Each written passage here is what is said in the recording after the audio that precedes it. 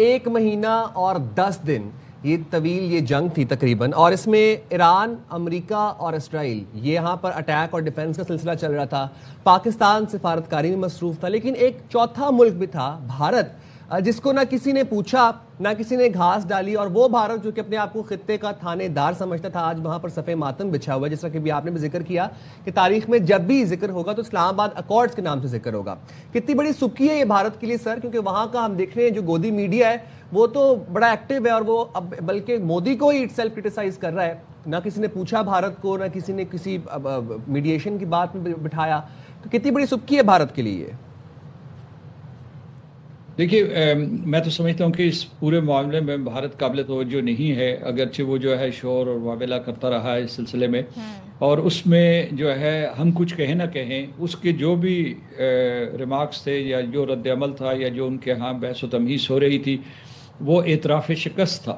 کہ یعنی خود یعنی وہ اگر چپ رہتے تو زیادہ بہتر تھا. یعنی اگر ایک یہ تھا کہ وہ پاکستان کی کوششوں کی تعریف کرتے، کیونکہ پاکستان نے جو جنگ بندی کروائی ہے، یہ عارضی جنگ بندی بھی، اس سے براہ راست بھارت اور بھارت کے شہریوں کو فائدہ پہنچا ہے.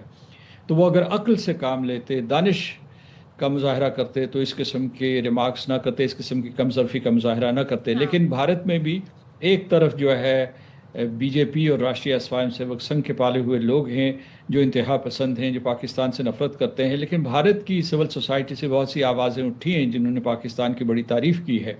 اور میں سمجھتا ہوں کہ اس وقت بھارت کو پاکستان کا ممنون احسان ہونا چاہیے کہ اس نے اس کے لیے ایسی راہ ہموار کی ہے. کیونکہ بھارت میں جو ہے ڈیمونسٹریشنز ہو رہی تھی، واپسی مڈل ایسٹ جائیں گے، اپنی نوکریوں پہ بحال ہو سکیں گے، ان کے ابھی تیل کے پرائز گریں گے، تو یہ ان کو شکریہ پاکستان کا ادا کرنا چاہیے.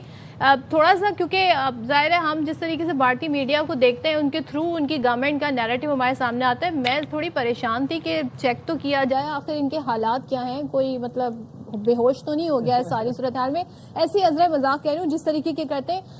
تھوڑا سا ہم یہاں دیکھ رہے ہیں سردار صاحب، پہلے تو مجھے بتائیے گا اب یہ جو ٹاکس کے دور چلیں گے یہ بڑے امپورٹنٹ ہوں گے. ظاہر ہے کچھ لوگ کچھ دو کی پالیسی ہوگی، لیکن آپ کو لگتا ہے کہ یہ جو جنگ تھی یہ اپنی جو ایک ٹائم تھا اس سے زیادہ اوور ڈیو کر گئی اور بہت زیادہ وقت جو ہے یہ اسٹے کر گئی جنگ؟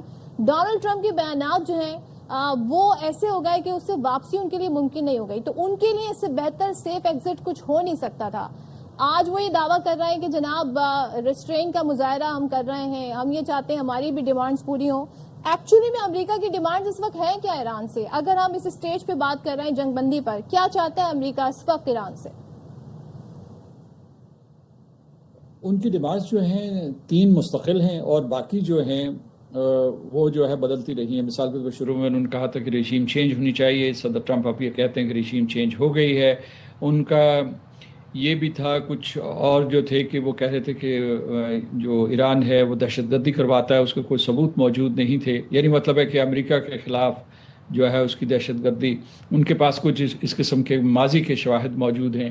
اور دوسرے جو ہے میں نے پہلے ذکر کیا ہے 3 معاملات ہیں. جوہری پروگرام ہے، اور اس کے بعد جو ہے ایران کی جو ہے میسائل کیپیبلٹی ہے، اور تیسرا جو ہے ان کے جو ہے ہوتھیز ہیں، پاپولر موبلائزیشن فورس جو ہے عراق کی، اور اس کے بعد میں نے حزب اللہ کا ذکر کر دیا، حماس بھی اس میں آئے گا کسی نہ کسی طور پہ.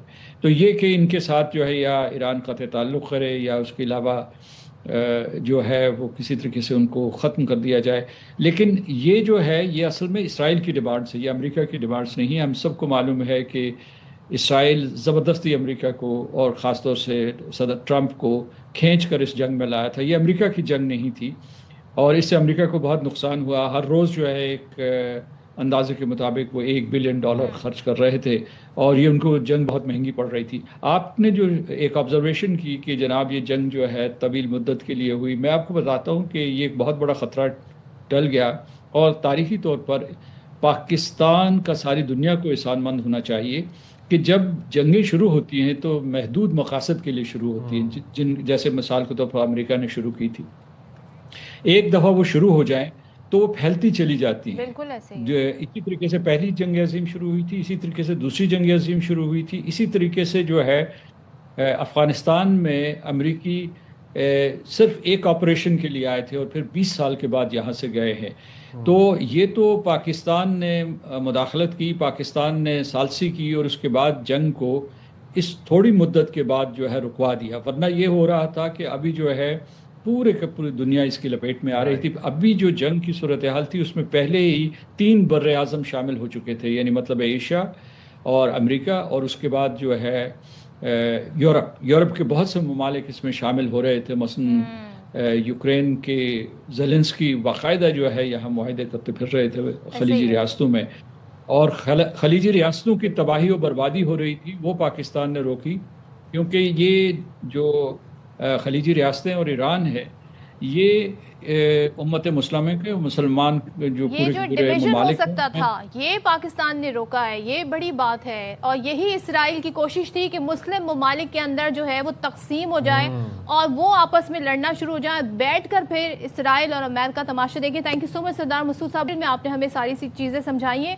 آپ لوگوں کو یہ بات بڑی لگ رہا ہوگا جی یہ ایک رات کی کہانی نہیں ہے، پاکستان نے طویل ترین ڈپلومیسی کی ہے، بڑی کوششیں ہم نے دیکھا ہے پاکستان کی جانب سے کی گئی ہیں، ہر سطح پر کی گئی ہیں. خلیجی ممالک سے الگ رابطے میں رہے، امریکہ سے الگ رابطے میں رہے، چائنا اور روس، ان کا بھی ہمیں کردار اس میں نظر آتا ہے. لیکن میں یہ کہنا چاہتی ہوں کہ یہاں پر یہ جاننا ضروری ہے کہ دیکھیں ہم یہ سوچتے تھے، میں یہ سوچتی تھی اس جنگ سے کئی عرصے پہلے تک میں یہ سوچتی تھی کہ ہیروشیما ناگاساکی پہ جب بم برسائے گئے تھے، جب وہاں پر ایٹم بم برسائے گئے تھے، تو اس وقت اس طریقے سے لوگ، سوشل میڈیا نہیں تھا، لوگوں کی آواز نہیں سنائی جاتی تھی، اس طرح منٹ ٹو منٹ خبر نہیں آ رہی ہوتی تھی، اس لیے یہ سب کرنے کے اور گیٹ اوے کر لیا ساری چیزوں سے. لیکن آج ہمیں پتہ چلا کہ امریکی صدر اگر چاہیں تو وہ ابھی بھی اس چیز کو کر سکتے ہیں، لیکن یہ کہ ان کو اس چیز سے روکنا اور اس بات پر آمادہ کرنا کہ یہ جنگ تباہ کن ہو سکتی تھی، یہ بڑی کامیابی ہے.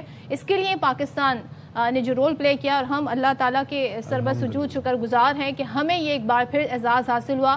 مئی 2025 میں پاکستان نے بڑی کامیابی حاصل کی بنیادی مرسوس میں، اور اس بار بھی پاکستان کا رول ایک امن کے دائی کے طور پر سامنے آ رہا ہے. تو اس کے لیے ہم بڑے کہتے ہیں نا، ہماری جو تمام تر کاوشیں رہی ہیں اس کو ضرور آپ کے سامنے ڈیٹیل لے کر ضرور آئیں گے.